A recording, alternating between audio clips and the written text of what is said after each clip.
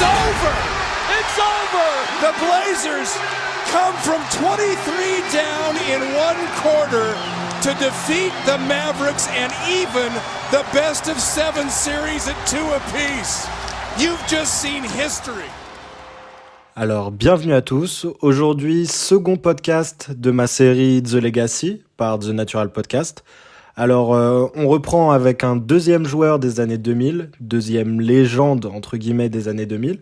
Aujourd'hui, comme vous l'avez vu dans le titre, on va parler de Jamal Crawford. Donc, on va revenir déjà sur toute sa carrière, que ce soit son enfance, sa carrière NBA, tout ce qui concerne aussi son après-carrière. On va revenir sur tous ces points-là de manière chronologique. On va parler aussi évidemment de sa legacy, de tout ce qu'il a apporté au basket ou dans la communauté aux États-Unis et dans le monde en fait.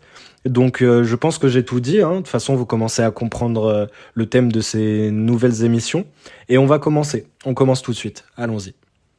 Jamal Crawford est donc né le 20 mars 1980 à Seattle et je vous le dis tout de suite, son enfance ressemble énormément à celle de Brandon Roy. Tout simplement parce qu'ils viennent de la même ville, donc Seattle, mais aussi du même quartier, le quartier de Rainier Beach, dont j'ai déjà parlé et qui est connu pour ses problèmes de drogue, ses problèmes d'addiction, ses problèmes de violence et toutes sortes de choses pas très sympathiques dans ce sens-là. Sinon, Rainier Beach et Seattle sont évidemment des quartiers et une ville qui a une importance prédominante pour la carrière et pour l'histoire de Jamal Crawford. Surtout qu'à cette époque-là, qui est donc une époque antérieure à Brandon Roy, en 1981, donc à sa naissance, les Sonics de Seattle, qui étaient une grande équipe en NBA à cette époque-là et qui le resteront encore longtemps, même pendant les années 90, là où Brandon Roy n'a pas trop ou que peu connu ces Sonics, on va dire, performants.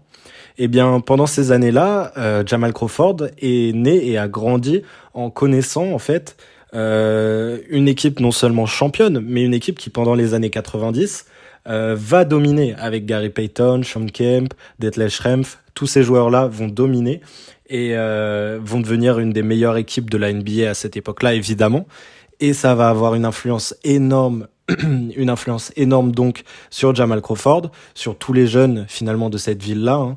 C'est souvent le cas avec des équipes qui performent, une équipe qui a une certaine culture. Et Jamal Crawford, malgré, on va le voir, des problèmes personnels persistants durant son enfance, va pouvoir s'épanouir au niveau basketball grâce notamment à cette équipe et à ses modèles. Du coup, on revient un petit peu sur sa vie personnelle. Tout comme Brandon Roy, Jamal Crawford va vivre avec une mère célibataire qui doit s'occuper de ses 2 petits frères en plus d'elle et de lui. Elle a des problèmes de santé, de maladie mentale notamment. Ils sont pas précisés, je pense que c'est pas utile de les préciser. On verra par la suite, mais Crawford a connu aussi quelques problèmes de ce genre. Elle a peu de moyens, mais malgré tout reste, d'après ses propres dires, les dires de ses coachs et de ses proches de l'époque, une mère, une battante, une mère vraiment formidable. Bref, une figure importante dans sa vie. Et malgré ce début un petit peu compliqué, Jamal Crawford va réussir à faire son trou, notamment dans cette ville, où déjà au niveau secondaire, il va être reconnu dans les différentes écoles où il va passer, où il va jouer contre différentes autres teams finalement, comme un joueur exceptionnel. Un joueur capable de crosser des adversaires beaucoup plus grands et vieux et âgés que lui, des adultes presque. Il va se développer à une vitesse considérable et contrairement à Brandon Roy qui va prouver son talent sur les championnats officiels de basket, lui, Jamal Crawford, va créer son style de jeu et va se développer dans les playgrounds, en dehors des matchs officiels, en dehors de tout ce qui a trait à la vie en high school et tout ce que vous voulez, au lycée, etc. Il va se développer tous les jours en jouant, finalement, en recopiant ces modèles, ces joueurs NBA qui le fascinent. Et il va se développer en devenant en fait un dribbleur d'exception, un attaquant d'exception, un shooter vraiment smooth et formidable. On reparlera de son style de jeu évidemment plus tard. Mais du coup, dès le plus jeune âge, finalement dès ses 16 ans, il domine. Il domine au niveau des playgrounds, comme je l'ai dit, mais aussi en high school, où il va jouer pour Rainier Beach High. Et, c'est une école où il y a des grands noms NBA qui ont joué, avant de rentrer en NBA évidemment. Comme récemment, j'ai les plus récents en tête, c'est Dejounte Murray et Kevin Porter Jr. Donc on parle pas non plus d'une école de peintres, voilà. Mais c'est sur les matchs de crossover, ça s'appelle crossover pour ceux qui connaissent pas, des matchs de Pro AM où des joueurs pro, des NBAers, des joueurs de playground qui sont connus nationalement, on va dire, qui viennent s'amuser, viennent faire des matchs, des petites compétitions, on va dire l'été, c'est là qu'il va réellement se révéler. Parce que lui, il n'a que 16 ans et joue contre des pros finalement. Et au début, lorsqu'il commence et qu'il a encore du mal à s'affirmer, il va avoir l'aide de beaucoup de mentorats, de joueurs exceptionnels évidemment, qui vont lui dire de prendre confiance en lui. Et d'ailleurs, lors de ces sessions où Detlef Schrempf va venir, donc joueur des Sonics qui était dans la ville, qui était un joueur important des Sonics.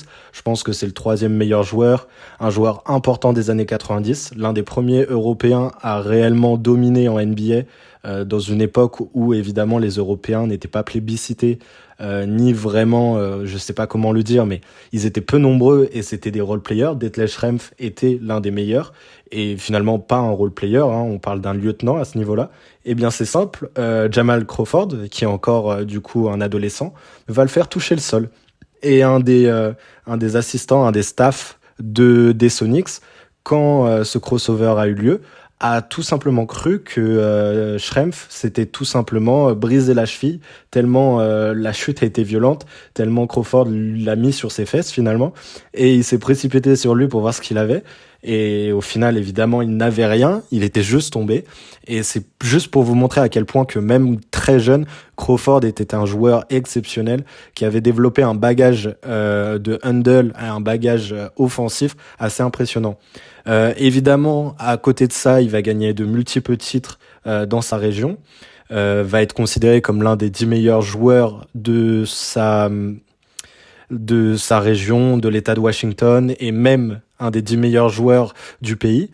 Et en parallèle de ça, où tout commence à aller bien pour lui, où il se développe et il commence à se faire un nom nationalement avant d'aller à l'université, parce que lui n'aura aucun mal, contrairement à Brandon Roy, à aller à l'université.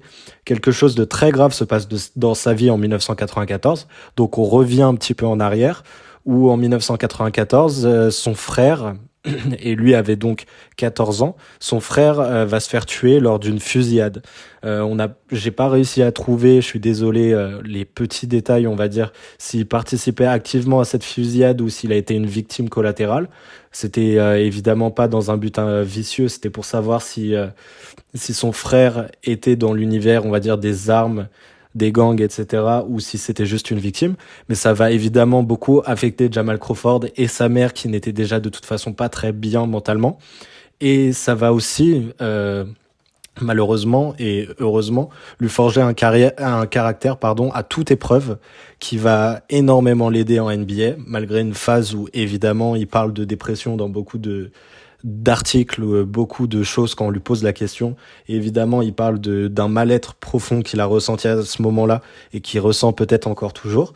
Ce qui est compréhensible, hein, on va pas se mentir, c'est la pire chose qui puisse arriver à une famille. Mais du coup, c'est sur ces bases-là que Jamal Crawford arrive à l'université. Donc, quelle université va-t-il choisir ? Eh bien, tout simplement, Jamal Crawford va aller au Wolverine de Michigan. Il va produire des stats très intéressantes, mais déjà à l'époque, il n'y a pas beaucoup d'informations, hein, je suis désolé, sur son enfance et tout ça. J'essaye de dire le plus de choses possible, mais contrairement à Brandon Roy, peut-être que comme c'était avant, c'est moins référencé, on va dire. Mais à Michigan, Jamal Crawford va tourner en 16,6 points, 2,8 rebonds et 4,5 passes en 41% au tir et 35% à 3 points. Évidemment, c'est un des meilleurs joueurs de sa team, mais on repère déjà quelques lacunes rien que dans les stats, des lacunes qui vont le poursuivre finalement toute sa carrière, c'est les pourcentages au shoot. En dehors du fait que le terrain soit en pente pour lui, je pense que vous l'avez compris, on parle que de bagage offensif d'un joueur tellement smooth et tellement beau à regarder, mais uniquement offensivement, parce qu'en fait, la défense, et c'est un gros problème dans la carrière de Jamal Crawford, la défense ne l'a jamais intéressé. On parle d'ailleurs, je ne l'ai pas dit, d'un arrière d'1m96, un arrière un petit peu pas squelettique mais skinny, voilà, et d'un attaquant hors pair mais d'un défenseur assez médiocre, complètement médiocre, avec des pourcentages au shoot qui peuvent varier d'un match à l'autre. Il peut tourner à 50% au shoot et faire un match à 25 points, et le lendemain ne pas voir le jour et faire un 4 sur 14. Bref, ce joueur-là va donc continuer à alimenter les passions, notamment des commentateurs, évidemment, où il va commencer à crosser sur antenne nationale des joueurs NCAA, des stars, toutes sortes de personnages, et il va évidemment se faire un nom en vue de la draft à venir. Et c'est là un moment qui nous intéresse énormément, parce que après avoir été éliminé au second tour de la March Madness, avec toujours des pourcentages horribles au tir, eh bien, il va s'inscrire à la draft 2000. With the 8th pick in the 2000 NBA draft, the Cleveland Cavaliers select Jamal Crawford from the University of Michigan. Nous arrivons donc aux prémices de sa carrière professionnelle et je pense qu'il est temps d'en parler. Alors, avant de commencer, recontextualisons un petit peu cette draft 2000. A posteriori, tout simplement, c'est l'une des pires drafts NBA de l'histoire. Aucun gros nom. Dans le top 10, dans les pics intéressants, on va dire, il n'y a que des flops. Je pense que d'ailleurs, dans le top 10, Jamal Crawford est l'un des joueurs, est le joueur le plus intéressant et le plus fort de cette cuvée, en tout cas dans le top 10. Donc, je me suis un peu spoil. Jamal Crawford va effectivement être pris dans le top 10 à la place numéro 8 par les Cavs et directement échangé contre le choix 7, qui est finalement un no-name. Vous pouvez pas faire c'est un bon choix a posteriori, il n'y avait aucun doute là-dessus, et aussi avec un peu de cash, il sera échangé aux Bulls. Alors, les Bulls. Cette draft 2000, j'ai pas envie de m'attarder dessus, donc on va parler directement de son début de carrière, parce que de toute façon, il n'est en comparaison avec quasiment personne parmi cette cuvée. Et finalement, on va parler du coup des Bulls et de son début de carrière. Dans son début de carrière, il va jouer 4 ans aux Bulls. Je vous préviens tout de suite, il y a énormément de teams dans cette vidéo. Jamal Crawford a énormément vagabondé. Il a eu une carrière NBA de 20 saisons, ce qui est quand même assez colossal, surtout pour son style de jeu. Mais bref, arrivé aux Bulls, il est dans l'ère après Jordan, une ère où cette équipe est complètement en reconstruction, on va pas se mentir, mais c'est surtout où à tous les niveaux, c'est chaotique. Au front office, le coaching, les joueurs autour de lui. Il était entouré à l'époque, je crois, le meilleur joueur de l'équipe était Elton Brand. C'était d'ailleurs le franchise player entre gros guillemets. Et lui, du coup, essaye de faire son trou et n'y arrive tout simplement pas au début. Malgré le fait qu'il le dit lui-même, cette équipe était une équipe un peu de glandeur entre gros guillemets, et que lui arrivait toujours premier aux entraînements, premier dans l'avion. Enfin, il se donnait les moyens de réussir, évidemment. C'est pour ça aussi qu'il a eu une si longue carrière. Eh bien, il n'arrivait pas à faire son trou et à percer. Il ne recevait pas assez de système. L'équipe le sous-estimait grandement, je pense.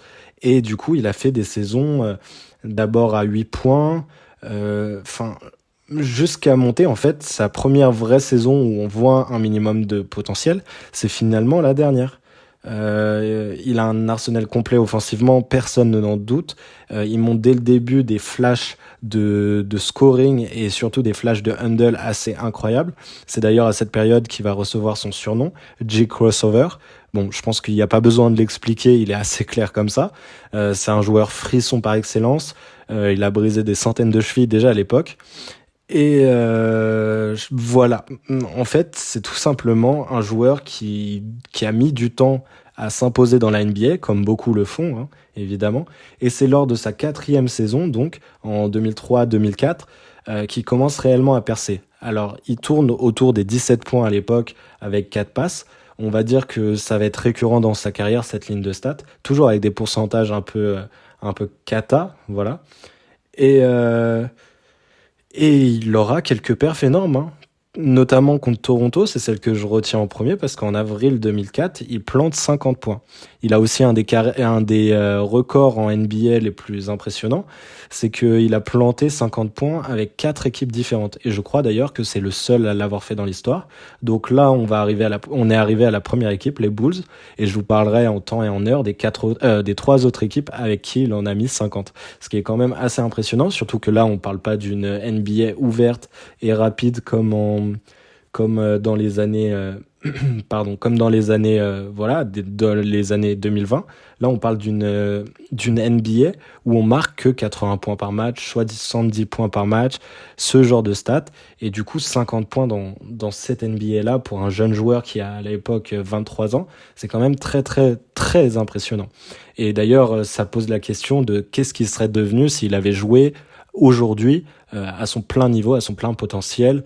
Peut-être qu'on parlerait autrement de Jamal Crawford plutôt que d'un énorme 6e homme.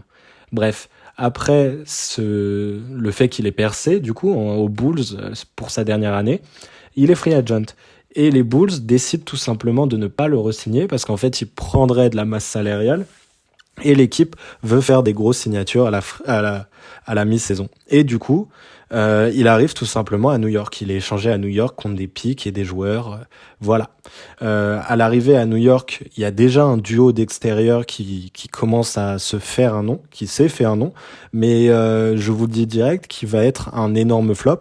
De toute façon, le New York de cette époque-là est un énorme flop. On parle d'une équipe des Knicks qui est coaché par 5 coachs différents en 4 ans. Le front office, le general manager, c'est Isaiah Thomas. Je pense qu'il est considéré par tous ou par la grande majorité comme le pire manager de l'histoire de la NBA. Donc ça vous place dans quelle situation il arrive. Déjà que l'arrivée aux Bulls n'était pas la meilleure situation possible pour lui. New York, ce n'est pas mieux. Il va être entouré toute sa carrière, en tout cas tout son passage à New York, par des peintres dans la peinture qui sont énormément payés pour des stats faméliques de 8 points pour certains, etc. Il va être le 3e, on va dire, extérieur d'un duo Marbury-Alan Houston qui représentait du coup la grosse pomme et cette équipe. Mais Alan Houston s'est blessé. Cette équipe a fait une demi-finale de conf quand même en 2004. Mais Alan Houston s'est blessé et du coup n'a pas pu jouer ses tours de play-off. Et en finale, ça va tout simplement marquer limite l'arrêt de sa carrière, la fin de sa carrière. Là où on imaginait un monstre à 3 têtes d'extérieur dominant, eh bien tout simplement, on va avoir un duo avec Marbury, qui est évidemment un grand joueur de basket, même si sa carrière a été elle aussi grandement affectée par son passage au New York. Il va jouer des années avec Marbury. Bref, continuons. Arrivé là-bas, du coup, avec des joueurs comme Jerome James, on va dire les restes de Marbury et d'Alan Houston, des joueurs comme Malik Rose ou Eddie Curry, qui sont évidemment pour certains des très bons joueurs de basket, mais payés beaucoup plus cher. C'est tout simplement, en fait, parce que j'insiste un peu sur la situation des Knicks, que vous compreniez dans quelle situation il était arrivé, alors que lui avait déjà 24 ans et allait rentrer peut-être dans son prime, eh bien... ces Knicks-là avaient le cap space le plus gros de la ligue et ont tout simplement jamais connu les playoffs sous Jamal Crawford, l'ère Jamal Crawford, connaissant des saisons à 23 wins, 23 wins, des choses comme ça en fait. Malgré tout ça, Jamal Crawford, on va dire, c'est un peu la lumière qui se dégage des ténèbres, parce que de toute façon, vous le connaissez, hein, il va, dès son arrivée, planter au bout de moins d'un mois, une 4-5 matchs, un buzzer beater donnant la win face à Houston. Il va marquer après 41 points quelques semaines après. Son duo, en fait, avec Marbury va être intéressant, et il va jouer à son meilleur niveau cette première saison-là. Mais avec le front office qui est totalement douteux, vous vous en doutez que ça va pas continuer sur ces mêmes auspices. Et comme je vous l'ai dit, ils ne connaîtront pas les playoffs. Parce que lui, comme chacun des joueurs de cet effectif, n'avait tout simplement pas le niveau, pas le coaching adéquat, mais surtout avait connu beaucoup de blessures. Il va passer même à un rôle de sixième homme à un moment sous Larry Brown. Larry Brown qui est quand même le coach qui a donné un titre à Détroit, un coach très fort de l'époque, qui ne supportait pas finalement le management de Isaiah Thomas, qui ne supportait pas ce qui était accordé à toutes ces stars à New York, et qui du coup est le premier finalement à placer et à voir le potentiel de Jamal Crawford dans ce rôle de sixième homme, qui va faire de Jamal Crawford, en fait, qui va écrire sa legacy et écrire son histoire. Mais cette situation ne va pas durer, parce qu'en fait, Isaiah Thomas va virer ce coach et va prendre les rênes de l'équipe pour le même résultat, complètement médiocre, vous en doutez, ce résultat. Seulement 23 wins en 2008, malgré les 52 points contre Miami. Et voilà, on arrive déjà au deuxième 52 points de la vidéo. Du coup, les Bulls puis les Knicks. Et ces 52 points contre Miami qui sont tout aussi impressionnantes, même si Miami était une des pires équipes de la ligue, contrairement à avant à Toronto où ça allait, on peut dire. Et ce fut tout. J'ai très peu de choses à dire sur son passage aux Knicks, parce qu'en fait, il y a eu beaucoup de blessures de tout l'effectif. Il reste encore à 17 points par match et 4 passes. Et notamment, il passe quand même à 20 points et 5 passes en 2008. Il est le 7e meilleur total de la ligue au nombre de points. Et c'est ça qui est impressionnant. Moi, ça m'impressionne toujours. Je vous le dis, je suis assez jeune. J'ai connu la NBA des années 2010, on va dire. Et du coup, le fait d'être 7e meilleur total et scoreur de la ligue à 20 points par match, c'est quand même assez fou. Mais du coup, si ça vous dérange, imaginez à chaque fois qu'on rajoute 3 ou 4 points, même plus, là, parce qu'il est 7e. Aujourd'hui, le 7e meilleur total de la... 7e meilleur scoreur de la ligue, je pense, est à 28 points par match. Donc voilà, juste pour vous placer l'homme qui était Jamal Crawford offensivement. De toute façon, je vous invite à regarder des highlights sur lui, notamment à New York, c'est quand même assez impressionnant. C'est sa meilleure saison statistique, je pense, 20 points, 5 passes, toujours avec des pourcentages douteux sur certains matchs, mais des performances énormes au scoring. En 2009, il tourne autour des 20 points de moyenne encore.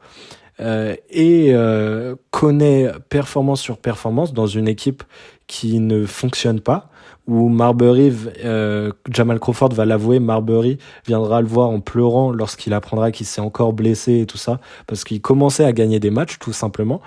Et en 2009, après quand même 4 ans d'échecs successifs, qui ne sont pas évidemment de son dû, qui sont de la faute du management, du front office, de tout ce que vous voulez, eh bien en 2009, il va être envoyé à Golden State, contre quasiment rien de toute façon, car le front office, toujours dans les bons coups, va vouloir reconstruire et signer prochainement des autres stars, ce qu'ils vont faire, coucou Carmelo Anthony. D'ailleurs, là-bas, il restera qu'1 an, mais il fera encore une perf à 50 points, ce qui est quand même assez incroyable. Et puis, au bout d'1 an, il ira tout simplement aux Hawks.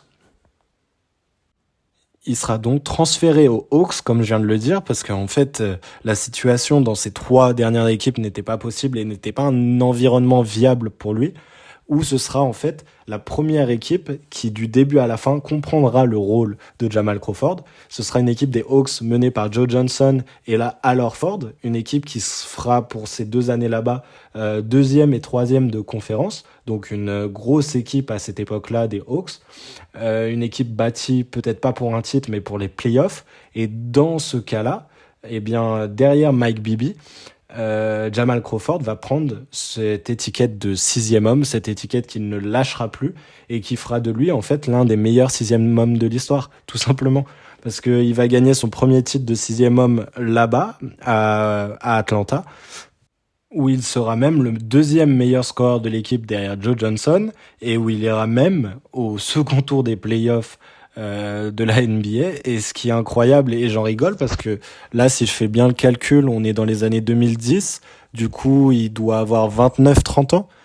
Jamal Crawford n'a quasiment jamais connu les playoffs de sa carrière en plus de 10 ans. Donc évidemment, on pose quelques questions sur sa capacité à performer et à être vraiment impactant dans ces équipes-là.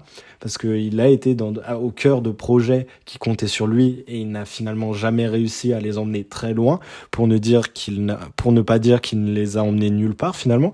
Et là où il arrive et où il est enfin placé pour cette étiquette de 3e, 4e, peut-être 5e meilleur joueur de cette équipe, eh bien tout simplement il performe. Son rôle est assez hybride, il n'est ni une star ni un role player, il a peut-être créé, ou en tout cas il a repris ce rôle de 6e homme de luxe, de star du banc, de superstar du banc même, où il va tourner, comme je l'ai dit, à 17 points, où il ira en play-off. Et même pendant ces play-offs, ce qui valide mes dires sur sa capacité à être impactant en play-off, c'est que toutes ses stats vont baisser à chaque fois en play-off. Et on va le voir avec, on va dire, la deuxième grande période de sa carrière après les Knicks de New York, c'est la période avec les Clippers.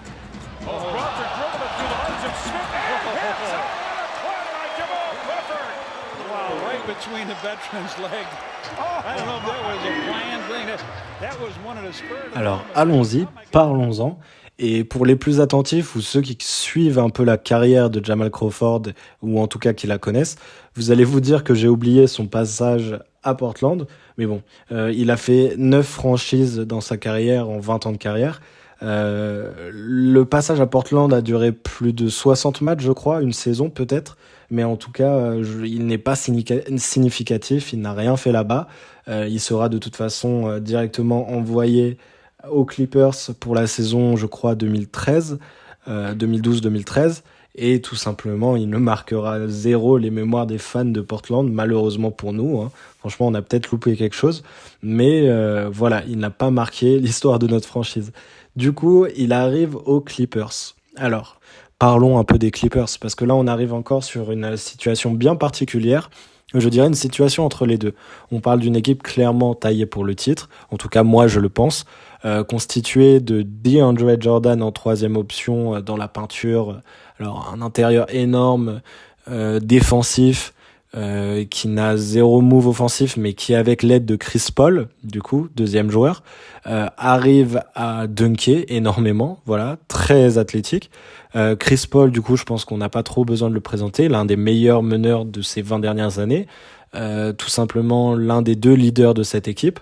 Alors un meneur qui peut tourner en 20-10 très facilement, l'un des meilleurs meneur pur, facilitateur, passeur, avec un ratio impressionnant de pass turnover, l'un des plus impressionnants de l'histoire pour moi. Peut-être pas un leader, on le verra plus tard dans sa carrière, mais peut-être pas un leader. Et pour le 3e, ou plutôt peut-être le 2e ou meilleur joueur de cette équipe, Blake Griffin, donc un ailier fort, survitaminé, un des meilleurs athlètes de ces 10 dernières années, un joueur que personne ne peut arrêter tout simplement. Et cette équipe, à l'époque, ajoutée maintenant à Jamal Crawford, va former l'époque, et peut-être la meilleure époque jusqu'ici des Clippers, l'époque Lob City tout simplement. Cette équipe a évidemment marqué ces 10 dernières années, de par son style de jeu impressionnant, du genre en transition, des passes fantastiques de Chris Paul pour DeAndre Jordan et pour Blake Griffin, puis des gros dunks pour finir, des finitions incroyables de Jamal Crawford, des crossovers, tout ce que vous voulez finalement, tout ce que vous imaginez quand on vous parle basket de highlight, cette équipe le faisait de manière assez incroyable. Et en plus de ça, ce qui est fou, c'est que ça gagnait des matchs. Ça a eu beaucoup de mal évidemment, mais ça gagnait des matchs. Et cette équipe a donc dominé les années 2010 jusqu'à environ, je dirais, 2016-2017. Jamal Crawford était toujours dans ce rôle fantastique de 6e homme de luxe. Il tournera toujours autour des 17 points de moyenne, avec un petit peu moins de passes, parce qu'en fait Chris Paul le faisait pour lui, mais toujours autour des 2-3 passes par match. Et tout simplement, il va être élu 6e homme de la NBA pour la 2e fois de sa carrière en 2014 et pour la 3e fois en 2016. Et c'est assez impressionnant. C'est pour ça aussi que sa legacy s'est formée. C'est que lui et Lou Williams, je crois, sont les seuls de la ligue et sont les seuls dans l'histoire à l'avoir fait, l'avoir été 3 fois. ce qui place un peu le bonhomme au niveau du jeu. D'ailleurs, pour son deuxième titre, il sera à 18,6 points de moyenne en sortie de banc, ce qui est quand même assez impressionnant à une époque, même si les années 2010 c'était déjà un peu plus rapide, à cette époque 2014 où ça commençait à peine à jouer en transition, à jouer rapide, à tirer à 3 points. 18,6 points du banc, c'est quand même plutôt des chiffres très très corrects. Sinon, eh bien tout simplement en saison régulière, tout va bien se passer. Ça va monter jusqu'à 57 matchs gagnés, ce qui est le record de franchise, des 53 matchs gagnés, etc. Mais en play-off, parce que je vous l'ai toujours pas dit, mais cette équipe est coachée par Doc Rivers. Aujourd'hui, on sait comment cet entraîneur est connoté, mais à l'époque, c'était vu comme un énorme entraîneur et un gros talent de cette ligue, parce qu'il avait fait gagner un titre avec l'aide de son management, avec l'aide du staff et tout ça, aux Celtics. Et bien, tout simplement, cette équipe va s'effondrer chaque année en play-off. Ils vont perdre contre Golden State plusieurs fois, une équipe qui est évidemment toujours deuxième, troisième ou premier à l'Ouest, une Ouest qui est quand même très très compétitive, énormément compétitive à cette époque-là. Eh bien, ils n'arriveront jamais à aller plus loin que le second tour, se faisant battre du coup par les Rockets, Golden State comme je l'ai dit, mais aussi au début par les Grizzlies, ce qui montre aussi le fait que, eh bien, tout simplement, ils ont flop. C'est un flop parce qu'ils étaient bien plus performants et bien plus amènes à aller loin en play-off, tout simplement. Cette équipe ne connaîtra jamais les finales de conf.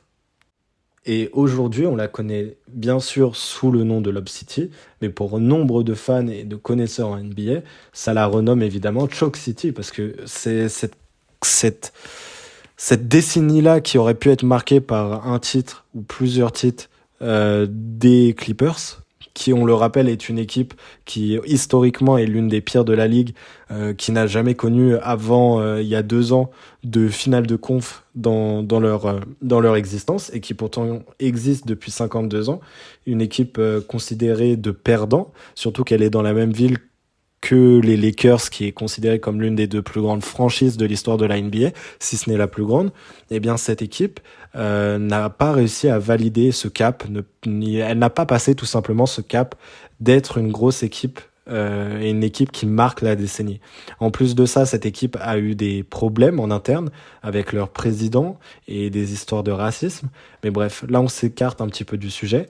On va revenir à Jamal Crawford. Jamal Crawford qui du coup est encore assez impactant dans cette équipe, surtout en saison régulière. Mais là, qui commence et qu'il a la trentaine, il commence à avoir assez d'expérience dans cette ligue, devenir une sorte de vétéran tout simplement de cette ligue, eh bien on remarque que les grands moments ne sont pas faits pour Jamal Crawford. Dès qu'il est à 16 points par match, il redescend à 13 points en play-off. De 18 points, il retourne à 12. Toutes les années, ses stats baissent. Et on ne peut pas dire qu'il n'a pas de temps de jeu, j'ai été m'informer. Il a quasiment, voire plus de temps de jeu chaque année en play-off. Et pourtant, on n'arrive à concrétiser aucun de ces moments de play-off. Il n'a aucun moment marquant en play-off, contrairement à des meneurs et des arrières de cette ligue qui ont joué autour de lui à cette époque, qui ont réussi au moins un coup d'éclat. Ici, évidemment, il doit y en avoir, mais je n'en ai aucun en tête qui me vient. Eh bien, c'est pourtant le facteur clé du banc des Clippers, mais il n'arrive tout simplement pas à concrétiser son niveau de jeu qu'il a le reste de l'année. Il a une moyenne de 12 points par match, ils sont éliminés au premier tour. Il a une moyenne après de 14 points par match en saison, du coup encore une saison un petit peu plus basse, de toute façon il vieillit. Mais pendant les playoffs, eh bien tout simplement, il est encore à 12 points, excusez-moi, il retombe à 12 points. Et ensuite, pour sa dernière saison avec les Clippers, en play-off, il est carrément à 8,6 points par match en play-off. Mais malgré ces saisons avec des hauts et des bas, je pense que dans l'inconscient collectif et dans tout ce qu'on attend de ce joueur, il n'y a rien qui s'approche d'un titre, où il n'y a rien qui s'approche de performance qui te fasse passer des caps. Tout ce qu'on attend de Jamal Crawford, c'est tout simplement de faire rêver les gens. Et même là-bas, de toute façon, avec le surnom qui a eu cette équipe, eh bien, il en fait grandement partie. C'est un des artisans principaux de cette semi-réussite, on va dire. Et du coup, eh bien, on arrive tout doucement vers sa fin de carrière. Parce que là, on est en 2016-2017. Jamal Crawford baisse au niveau des stats et va arriver tout doucement vers... je sais plus où on était niveau des 50 points par match. Je vous ai dit les Bulls, les Knicks, Golden State. Comme vous l'avez vu aux Clippers, il n'y a pas eu de 50 points par match. Parce qu'en fait, le dernier 50 points par match qui nous intéresse sera fait, je crois, en 2019, si je veux pas te dire de bêtises. Excusez-moi, j'ai pas toutes les notes devant les yeux. Mais voilà, j'irai revoir ou je vous le dirai dans le prochain podcast. Mais en tout cas, à l'âge de 39 ans, pour le dernier match de Dirk Nowitzki d'ailleurs, Jamal Crawford, qui est joueur des Suns, va tout simplement planter 51 points et est toujours d'ailleurs le joueur le plus vieux de l'histoire, en attendant les LeBron James peut-être, à avoir planté plus de 50 points dans un match NBA. Et en plus, pour le dernier match de Dirk, qui d'ailleurs fait un bon match autour des 24 points, je crois, eh bien, c'est juste pour vous placer le bonhomme. De toute façon, hein, c'est un peu la blague, entre gros guillemets, de la ligue. C'est que dès que Jamal Crawford vieillit, on a l'impression qu'il rajeunit chaque année. Quand il vieillit, il a une tête d'enfant. Et dans ses performances, c'est un peu pareil. Il restera toute sa carrière à 17 points, 18, passant à 20 points et 14 points pour les petites saisons, entre guillemets. Et ce joueur-là va quand même, à la fin de sa carrière, qui s'est arrêté du coup en 2020, il va passer les 20K, il aura quasiment 20K de points par match sur toute sa carrière. Il sera 3 fois 6e homme de l'année en 2010, en 2014 et en 2016. Il a marqué 50 points dans 4 franchises. On va dire que c'est sa legacy statistique, parce qu'autour de ça, il n'y a rien, tout simplement. Il n'y a pas de finale de conf, il n'y a pas de titre, il n'y a pas de All-Star Game, il n'y a tout simplement rien. Jamal Crawford, beaucoup de gens ont cru et ont espéré qu'il serait ce type de joueur qui puisse t'emmener loin, ou du moins qui puisse avoir le niveau intrinsèque d'être une sorte de franchise player ou de lieutenant. Jamal Crawford avait un style tout particulier et plus que ça, je pense qu'il avait un rôle qui lui est unique, qui est une sorte de star du banc, de star des remplaçants, à son niveau en tout cas, mais qui va le juger pour ça? Est-ce que quelqu'un sur cette planète est triste qu'il n'ait pas reçu un titre? Je vais prendre la comparaison avec un Russell Westbrook. Russell Westbrook est arrivé à un niveau tout autre que Jamal Crawford. Donc évidemment qu'on espère qu'un jour il puisse avoir un titre ou ce genre de choses. Jamal Crawford qui lui ne s'en est jamais approché, malgré tout l'amour qu'il dégage pour les fans. Hein. C'est pour ça que j'ai choisi Westbrook. C'est pour moi un joueur qui est soit détesté, soit adoré par les fans NBA. Eh bien, avec le niveau moindre et le fait qu'il soit tout autant adoré, et peut-être même un peu moins détesté, eh bien, personne ne s'attend à voir ça. Tout ce qu'on veut voir de Jamal Crawford, c'est des top 10 highlights tous les soirs. D'ailleurs, quand je dis top 10, il est souvent premier. C'est des performances incroyables une fois par mois ou une fois tous les 2 mois. C'est ce genre de choses qu'on aime voir chez lui et qu'il a apporté au basket. Je pense qu'il a inspiré beaucoup de personnes, évidemment. Ça ressemble un peu à une outro, donc je pense qu'on va faire tout d'un coup et tout ça. On va pas faire de coupe ou tout ça. On va en parler parce que là je suis lancé dedans. Mais du coup, au niveau de sa legacy, oui, Jamal Crawford est sûrement le joueur playground qui a eu le plus d'impact en NBA. C'est une légende à son niveau pour le jeu. C'est le genre de joueur, il y a beaucoup de joueurs sous-cotés dont on ne parle pas assez, des Sean Marion, des Middleton, ce genre de joueurs, on n'en parle pas assez. Crawford n'a sûrement pas le niveau de ces joueurs-là, mais dans l'histoire, je suis persuadé que dans 30 ans, on montrera encore à des petits ces frasques, ces faits de jeu, ces actions tout simplement. Parce qu'en fait, Jamal Crawford respire le basket que d'un côté du terrain évidemment, mais respire un basket qu'on aime tous voir. C'est le type de joueur, si vous voulez montrer à un ami qui n'y connaît rien, que tout le monde veut voir. Il a marqué plusieurs équipes, je pense qu'il a des fans, que ce soit à Los Angeles, peut-être pas aux Bulls, mais à Los Angeles, aux Hawks et particulièrement à New York. Je pense que beaucoup de gens regrettent qu'il n'ait pas pu plus montrer en playoff, même si il a été mal entouré, c'est sûr. Il a beaucoup flop de lui-même, mais aussi il a été mal coaché une grande partie de sa carrière. Bref, il n'a jamais eu vraiment les instruments pour aller très loin. Mais est-ce qu'on regrette tout ça? Non, je ne crois pas. Aujourd'hui, je crois qu'il a 42, 44 ans, je sais plus. Il joue encore. Il a créé sa ligue de 1v1. Du coup, juste pour vous montrer le niveau du type, hein, il est quarantenaire, il est en train de jouer des matchs de Pro AM et il est sûrement en train de crosser des petits jeunes qui sont en NBA ou des petits jeunes qui ont bien plus de peps que lui, quoi. Et du coup, il a créé sa propre ligue. Une ligue très intéressante. J'ai pas encore pu me mater des matchs, je sais même pas si ça a commencé, mais ça, on en avait parlé en 2021 et je crois que ce projet prend de l'essor de fou. Il joue toujours à ces matchs de crossover qu'il faisait à 16 ans et dont il participe encore. Franchement, il est encore. C'est un amoureux du basket. Si on devait donner la définition de l'amour qu'on a pour ce sport, Jamal Crawford serait tout en haut de cette liste. C'est quelqu'un, même des plus grands joueurs que lui, des légendes du jeu, n'aimaient pas le basket autant que lui. Je pense que Shaq n'a pas un quart de l'amour que porte Jamal Crawford pour le basket. Et c'est ça que j'aime chez ce joueur. Ça respire tout simplement l'amour qu'on a pour cette passion commune. De toute façon, si vous m'écoutez aujourd'hui, c'est que vous avez cette passion avec moi, je pense. Ou en tout cas, bienvenue dans le monde du basket. Jamal Crawford, c'est une bonne entrée pour en parler. Mais du coup, oui, Jamal Crawford est vraiment le type de joueur qui te fait aimer le basket. J'ai l'impression de dire ça, et peut-être que je vais dire ça pour chaque épisode de The Legacy, parce que bon, Brandon Roy aussi, c'était pas mal le cas. Mais là, pour le coup, j'insiste, il y a peut-être ce côté un peu moins émotionnel qu'avait Brandon Roy, mais G Crossover, juste, je pense que là, il est assez tard au moment où je fais cette vidéo, mais si j'ai envie de me mater 3 heures d'highlight de Jamal G Crossover, on va dire, j'arrive pas à trouver, mais bien je peux le faire et je pense qu'à aucun moment pendant ces 3 heures je m'ennuie. Vraiment, c'est la quintessence du basket à l'état pur. J'allais faire une comparaison assez désastreuse, mais c'est vraiment comme voir des highlights de Messi pendant 10 minutes. Tu le regardes, t'as l'impression de voir la définition du basket à l'œuvre.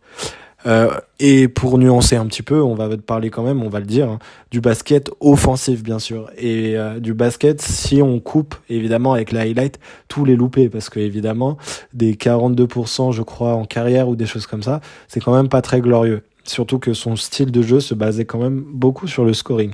Enfin bref, j'ai pas envie de le descendre juste avant la fin de ce podcast. D'ailleurs, j'espère qu'il vous a plu. J'ai eu du mal à trouver mes mots à certains moments. Je suis désolé pour ceux que ça a dérangé. Je ferai mieux la prochaine fois. Et puis j'espère que ce deuxième épisode vous a plu. J'adore cette émission et je pense en faire d'autres, beaucoup d'autres. D'ailleurs, j'avais fait un sondage sur mon Instagram pour quel joueur vous vouliez avoir la prochaine fois. Et bien tout simplement, j'ai écouté aucune des propositions parce que j'avais marqué Luis Scola, je crois, Marbury, du coup, dont on a parlé un petit peu là, et Sean Marion. Et du coup, je fais sur Jamal Crawford. Mais bon, je pense que vous m'en voudrez pas. Et on va parler de ces autres joueurs-là plus tard, dans d'autres émissions, évidemment, et même dans d'autres épisodes. Bref, moi, je vous dis au revoir. Je vous souhaite une bonne journée, une bonne soirée, etc. pour ceux qui se lèvent, ceux qui se couchent. Et à la prochaine pour un nouvel épisode de The Natural Podcast.